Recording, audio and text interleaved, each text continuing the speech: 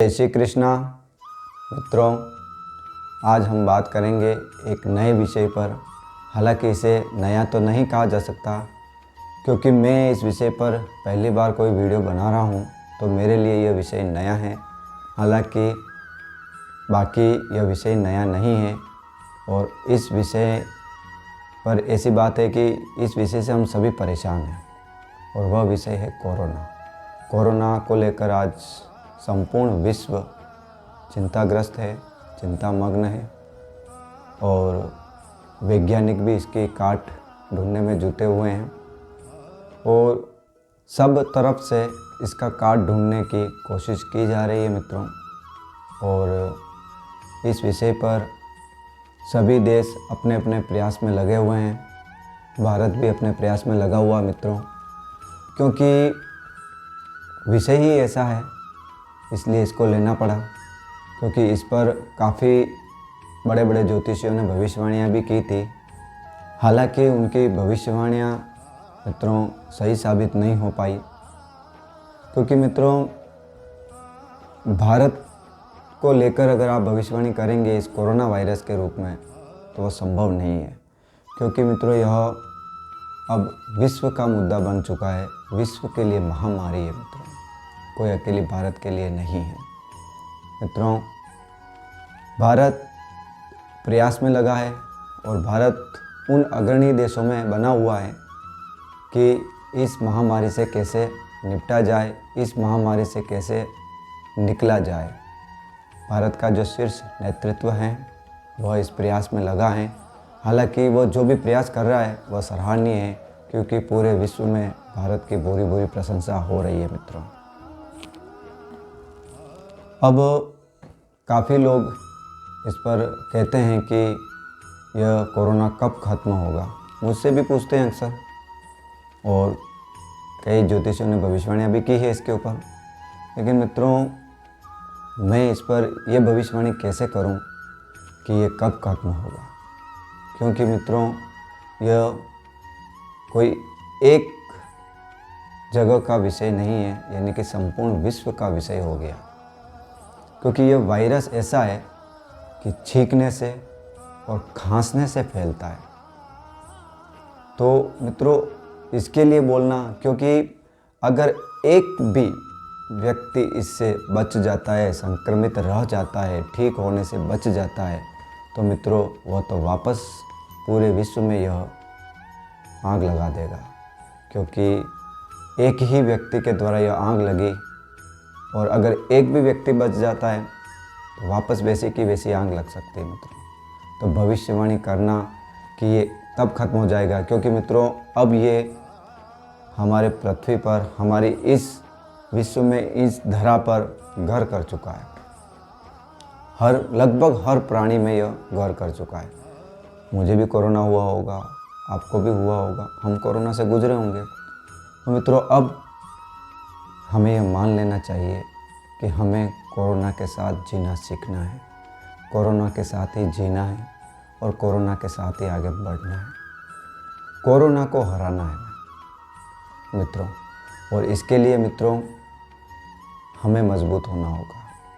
हमारी immunity system को, हमारे इम्यूनिटी पावर को मजबूत करना होगा। इसके लिए मित्रों हमारे खान पान पर ध्यान देना होगा, यह अत्यंत आवश्यक है मित्रों। ज्योतिष के हिसाब से मित्रों देखा जाए तो यह विषय ऐसा है कि ग्रहों के राजा सूर्यदेव है मित्रों, और सूर्यदेव जब भी जल तत्व की राशि से अग्नि तत्व की राशि में प्रवेश करते हैं तब एक संक्रमण काल बनता है मित्रों। क्योंकि जल तत्व और अग्नि तत्व दोनों ही तत्वों में जमीन आसमान का अंतर है, दोनों ही तत्वों में काफ़ी भेद है। और जब सूर्यदेव जल तत्वीय राशि से निकलकर अग्नि तत्व की राशि में प्रवेश करेंगे तब यह संक्रमण बढ़ेगा मित्रों। अभी सूर्यदेव 14 अप्रैल से मीन राशि को छोड़कर अग्नि तत्व की मेष राशि में प्रवेश कर गए मित्रों। तो मित्रों जब भी कोई ग्रह आता है तो उससे 10-12 दिन पहले या 15 दिन पहले अपना प्रभाव दिखाना शुरू कर देता है थोड़ा थोड़ा। तो मित्रों 14 अप्रैल से जब सूर्यदेव ने प्रवेश किया तो उसे 10-12 दिन पहले पकड़ लीजिए, और उसके बाद ये पूरा महीना, क्योंकि यह अग्नि तत्व की राशि में प्रवेश कर गए। तो मित्रों यह जो पीरियड रहता है, समय रहता है, यह एक संक्रांति का समय रहता है कि एक राशि से दूसरी राशि में प्रवेश हो रहा है, और तब ही जल तत्व से अग्नि तत्व की राशि में सूर्यदेव जा रहे हैं। तो वहाँ पर ये समस्याएं क्रिएट हो रही है मित्रों। इसके अलावा आगे वापस जुलाई अगस्त में भी सूर्यदेव जब कर्क राशि से सिंह राशि में प्रवेश करेंगे, तब भी ऐसी ही कुछ स्थिति देखने को मिल सकती है। इसके बाद में मित्रों जब वापस सूर्यदेव नवंबर दिसंबर में, फिर आगे मित्रों ऐसे ही वृश्चिक राशि से जब धनु राशि में प्रवेश करेंगे, तब भी यही आपको समस्या देखने को मिलेगी। अच्छा, ये समस्या इसलिए देखने को मिलेगी कि यह हमारी, अगर हमने इसको अवेयरनेस कर लिया, लापरवाही नहीं बरती, तो ये समस्याएं कम हो जाएगी। लेकिन अगर हमने लापरवाही बरती तो ये समस्या जैसी अभी आ रही है वैसी ही आने वाले ऐसे पीरियड में आएगी, कि जब जब भी सूर्यदेव जल तत्वीय राशि से अग्नि तत्वीय राशि में प्रवेश करेंगे, यह देखने को मिलेगा। नॉर्मली आप देख सकते हैं कि इस पीरियड में सर्दी जुकाम ये नॉर्मली होता ही होता है, खांसी बुखार वगैरह, तो ये नॉर्मल है। क्योंकि जहाँ तक मैंने भी सुना है कि कोरोना जो वायरस है वह छाती पर इफ़ेक्ट करता है और यहाँ पर कफ का निर्माण करता है और श्वसन संबंधी यानी कि सांस संबंधी समस्याएं पैदा करता है। क्योंकि कफ का निर्माण काफ़ी हो जाता है तो सांस लेने में दिक्कतें पैदा हो जाती है मित्रों, और यह कोरोना यही करता है, यानी कि हमारे चेस्ट को इफेक्टेड करता है, वहाँ पर प्रभाव डालता है मित्रों। और सूर्यदेव जब यहाँ प्रवेश करते हैं तो लगभग यही समस्या देखने को मिलती है। सर्दी जुकाम का जो दौर चलता है, नॉर्मली शुरू से चला आ रहा है, वो भी देखिए मित्रों लगभग ऐसे ही समय में चलता है। क्योंकि सूर्यदेव का संचरण एक राशि पर 1 माह रहता है मित्रों, तो एक राशि से फिर दूसरी राशि में वो प्रवेश कर जाते हैं। लेकिन जब एक राशि से दूसरी राशि में प्रवेश करते हैं तो वहाँ राशियों में तत्वों का भेद हो जाता है, और उसी के अनुसार फिर सूर्यदेव का प्रभाव हमें प्राप्त होने लगता है मित्रों। ज्योतिष में मैं आज आपको ये बताने आया हूँ। उपाय तो ज़्यादा हम क्या बता सकते हैं, लेकिन मित्रों इतना कहा जाएगा कि अपने खान पान पर ध्यान रखिए, अपने खान पान को व्यवस्थित करिए, ताज़ा भोजन लेने की कोशिश करिए। ताज़ा भोजन में भारतीय भोजन लें। भारतीय भोजन आज की तारीख में सबसे ज़्यादा इस कोरोना से लड़ने में आपकी मदद करेगा। जितना शुद्ध सात्विक आहार आप लेंगे उतना ही आप कोरोना से सुरक्षित रहेंगे मित्रों। इसके अलावा मित्रों आप भारतीय औषधियों पर भी भरोसा कर सकते हैं। अब भारतीय औषधियाँ मतलब कि भाई एलोपैथी भी भारतीय औषधियाँ ही हैं। तो वैक्सीन जो तैयार हुई है, हालांकि जो वैक्सीन तैयार हुई है मित्रों, वो वैक्सीन हमारी रक्षा के लिए तैयार हुई है। कोरोना को मारने के भी कोई दवाई नहीं बनी है मित्रों, लेकिन जो वैक्सीन बनी है वो कि भाई कोरोना से हमारी रक्षा हो, तो उसको भी आप लें। उसके अलावा मित्रों आयुर्वेद या इसके अलावा होम्योपैथ वगैरह, तो इसके ऊपर भी आप प्रयास कर सकते हैं मित्रों। कुछ डॉक्टर ऐसा भी बोल रहे हैं कि आप हल्दी लो।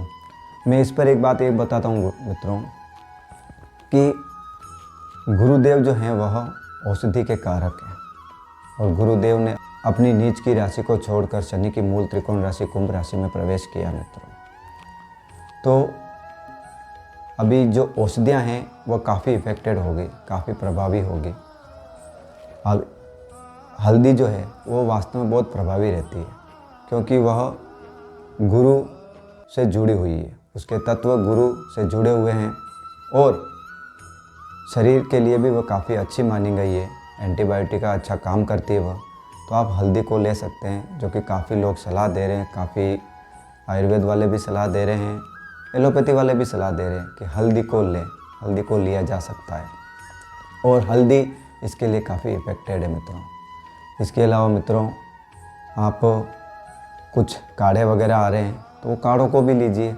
मुलेठी हो गया, स्वसारी हो गया, ऐसे कुछ काढ़े आते हैं वो भी लीजिए।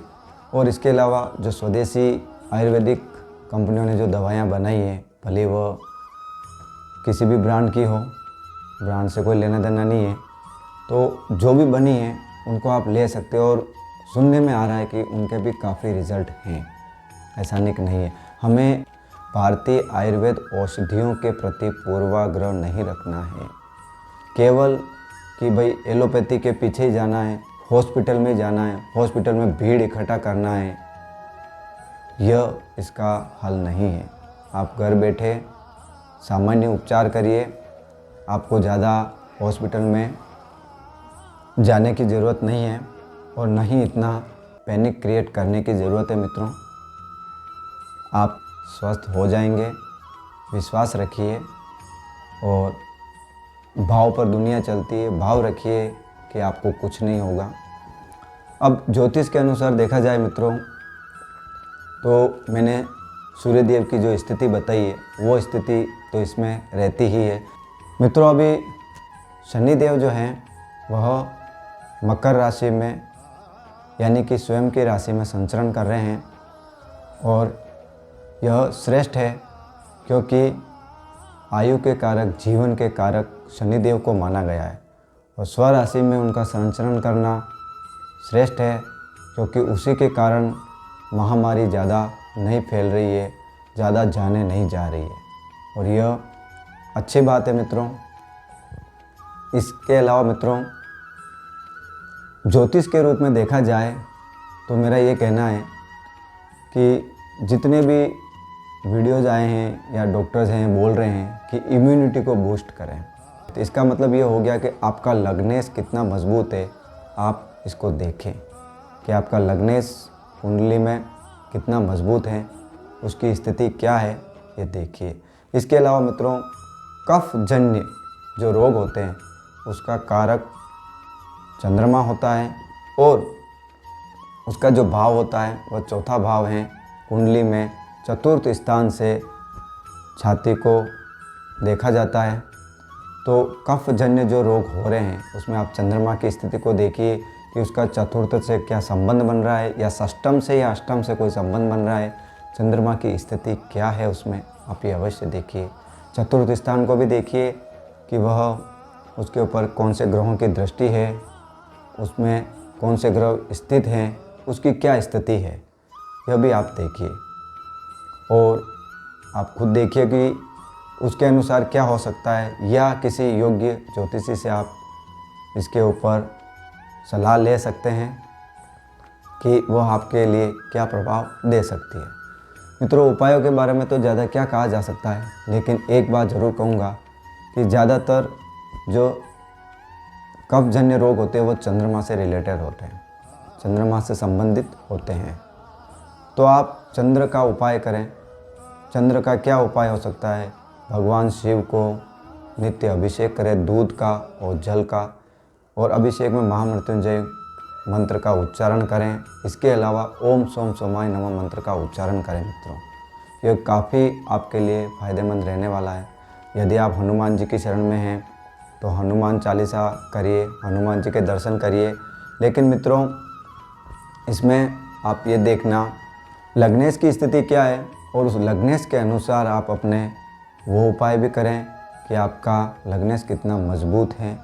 इसके अलावा चंद्रमा के उपाय जो मैंने आपको बताए हैं, उसके अलावा चौथे स्थान से संबंधित कोई उपाय हैं तो वह आप ज्योतिषी उपाय कर सकते हैं।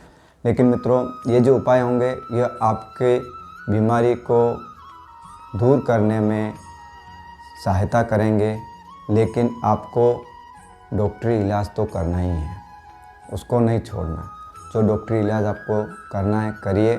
इसके अलावा भारतीय आयुर्वेद का जो इलाज है आप वो भी करिए, वो भी काफ़ी फ़ायदेमंद है, क्योंकि काफ़ी लोग इससे ठीक हुए हैं और वो मुझे आके बताते हैं कि हमने पतंजलि की कोरोनिल ली तो हम ठीक हुए, कोई बताता है श्री श्री की ली तो हम ठीक हुए, कोई बोलता है हम काढ़े पी रहे हैं हमको कोई दिक्कत नहीं है, क्योंकि हम भी काढ़ा पी रहे हैं तो हमें भी कोई ऐसी समस्या नहीं है। कोरोना तो सबको हुआ ही होगा मित्रों, मेरे अंदर भी आया होगा, आपके अंदर भी आया होगा, लेकिन वह मेन बात यह है कि आपके अंदर आपकी इम्यूनिटी कितनी मजबूत है, कितनी स्ट्रांग है, उसके ऊपर है। और मित्रों, पैनिक क्रिएट करने की आवश्यकता नहीं है और इस समय हमें सबसे ज़्यादा यही है कि भारत सरकार जो एडवाइजरी जारी कर रही है उसके अनुसार चलना चाहिए। अगर सोशल डिस्टेंसिंग का पालन करना है तो करिए, करना ही चाहिए। मास्क लगाना है लगाइए, लगाना ही चाहिए मित्रों। और आवश्यकता जितनी हो उतना ही जाएं, कोई ज़्यादा समारोह वगैरह में नहीं जाएंगे तो कोई पहाड़ टूट नहीं पड़ेगा मित्रों। आप जितना संभल के रहेंगे उतना आपके लिए भी अच्छा है और सबके लिए अच्छा है मित्रों। तो मित्रों, आप देखिए कि आप इस कोरोना को भगाने में कितने सहायक हो सकते हैं, आपका क्या उसमें रोल रह सकता है, आपकी कितनी भागीदारी रह सकती है, और आपकी भागीदारी ही वह महत्वपूर्ण रोल अदा करने वाली है। सरकारें तो अपना काम कर रही है, करेगी, प्रशासन अपना काम कर रहा है, करेगा, लेकिन मुख्य काम तो हमें ही करना है। और सबसे बड़ी चीज़ मित्रों, धैर्य बनाए रखना है, पैनिक क्रिएट नहीं करना है। ये तो है, चलता है, चलेगा, हमें अपनी आदतों में परिवर्तन लाना होगा, खान पान में सुधार लाना होगा, खान पान में बदलाव लाना होगा। इसके अलावा योग करिए, प्राणायाम करिए, वो भी आपके लिए कहीं न कहीं लाभदायक ही सिद्ध होने वाला है। तो मित्रों, बस मैंने जो बताया है मेरे विवेक और ज्ञान के अनुसार जितना मुझे समझ में आता है उतना मैंने आपको बताया कि आप उस अनुसार चलिए तो शायद हम 2 कदम आगे बढ़ पाएंगे। बाकी हमारा नेतृत्व तो हमारे साथ है ही है और वह पूरे प्रयास में लगा हुआ ही है। धन्यवाद।